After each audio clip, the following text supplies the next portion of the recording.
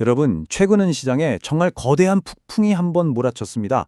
가격이 폭락하면서 겉보기엔 정말 비슷해 보였던 두 개의 주요 은 펀드 사이에 숨겨져 있던 아주 결정적인 차이점이 수면 위로 확 드러났죠. 이건 단순히 가격이 떨어졌다 이런 차원의 이야기가 아니에요. 진짜 위기 상황에서 투자자들의 신뢰를 얻는 구조는 과연 무엇인지 시장이 직접 보여준 아주 혹독한 신뢰도 테스트였습니다. 자, 첫 번째 이야기부터 시작해 볼게요. 은이 폭락했던 바로 그 순간입니다. 최근 은 시장은 말 그대로 엄청난 가격 붕괴를 겪었는데요. 이건 은 가격을 따라가도록 만들어진 투자 상품들한테는 뭐랄까 현실 세계의 무자비한 스트레스 테스트나 다름없었죠. 가격이 불과 2주 만에 무려 36%나 폭락했습니다. 정말 엄청나죠? 이 정도의 충격은요, 평소에는 절대 보이지 않던 시장의 가장 약한 고리를 드러나게 만들거든요. 그리고 이번에도 역시 예외는 아니었습니다. 바로 여기서 오늘 우리가 파헤쳐볼 진짜 궁금한 점이 생기는 겁니다. 아니, 두 펀드 모두 똑같이 실물 은을 보유하고 있다고 하는데 왜 은 가격이 폭락했을 때 유독 한 펀드만 은 가격보다도 더 심하게 박살이 났을까요? 이건 정말 흥미로운 시장의 미스터리고 우리가 반드시 답을 찾아봐야 할 문제입니다. 두 번째 이야기, 할인과 프리미엄이라는 시장의 신호입니다. 위기가 딱 닥치니까요, 이 대표적인 두 은펀드, SLV랑 PSLV가 자신들이 보유한 은의 가치와 비교했을 때 완전히 정반대의 길을 가기 시작합니다. 시장에 아주 명확한 신호를 보내기 시작한 거죠. 자, 이 그래프 한번 보세요. 정말 중요합니다. 폭락하는 동안에 SLB는 자기가 가진 은의 실제 가치, 즉 순자산 가치보다도 더 싸게 거래가 된 거예요. 이걸 할인이라고 하죠. 근데 이상하죠? PSLB는 반대로 실제 은 가치보다 더 비싸게, 그러니까 프리미엄이 붙어서 거래가 됐다는 겁니다. 사람들은 오히려 PSLB에 웃돈을 주고서라도 사려고 했다는 거죠. 도대체 왜 이런 차이가 생긴 걸까요? 이게 그냥 우연히 일어난 일이 절대 아닙니다. 이 할인과 프리미엄 현상은 위기 상황에서 투자자들이 각 펀드의 구조를 얼마나 믿을 수 있는지 아주 냉정하게 딱 점수를 매겨버린 거예요. 명백한 신호였죠. 세 번째, 금고 구조의 비밀을 파헤쳐 보겠습니다. 자, 그 해답은 바로 각 펀드가 태어날 때부터 가지고 있던 근본적인 설계. 말하자면 그들의 DNA 안에 숨어 있습니다. 자, 두 펀드의 핵심적인 차이점을 나란히 놓고 한번 보시죠. SLB는 위탁자 신탁 구조고요. 오직 지정 판매 회사라고 불리는 거대 금융기관, 즉 AP들만 실물은을 찾아갈 수 있어요.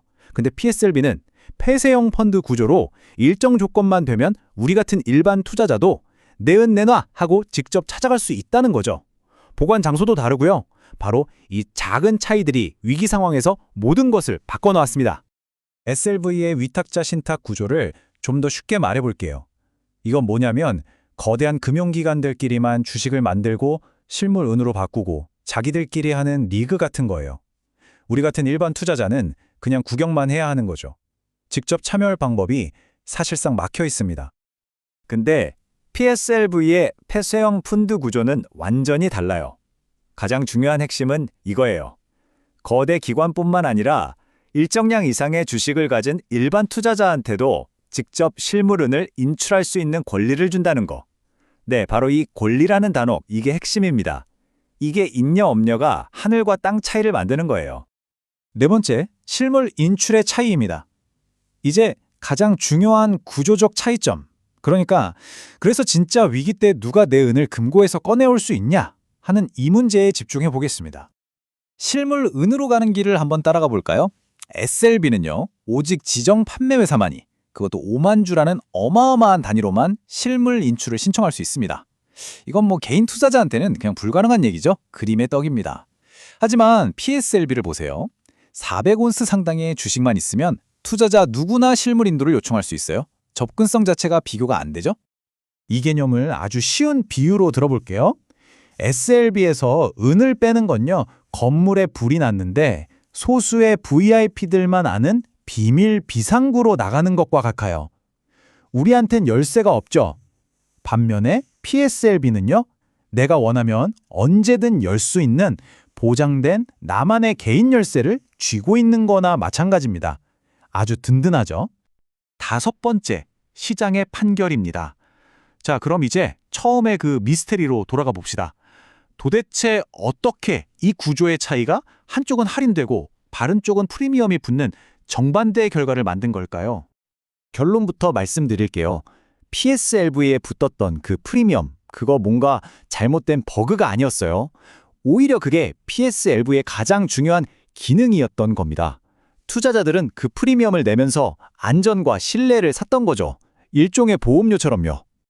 맞아요. 이 프리미엄을 보험료라고 생각하면 이해가 아주 쉽습니다. 이 보험료는 나는 이 펀드의 구조를 믿는다. 그리고 위기가 닥쳤을 때 내 돈을 실물은으로 바꿀 수 있는 그 권리에 기꺼이 돈을 내겠다는 시장의 목소리인 셈이죠. 평소에는 그 가치가 잘 안 보이다가 진짜 위기가 오니까 그 보험의 진가가 확 드러난 겁니다. 그렇다면 이 분석을 바탕으로 여러분은 어떤 선택을 해야 할까요? 만약에 단기적인 시세 차익을 노리는 트레이더라면 거래량이 많은 SLB가 더 나을 수도 있겠죠. 하지만 만약에 장기적인 관점에서 정말 최악의 시스템 리스크에 대비해 진짜 은을 확보하고 싶다. 이런 분들이라면 시장은 이미 답을 보여줬습니다. 실물 인출 권리가 있는 PSLB가 훨씬 더 강력한 안전판이라는 걸요. 그러니까 진짜 핵심은 바로 이럽니다. 한쪽은 그냥 화면에 뜨는 숫자, 즉 종이 가격에 투자하는 거고요.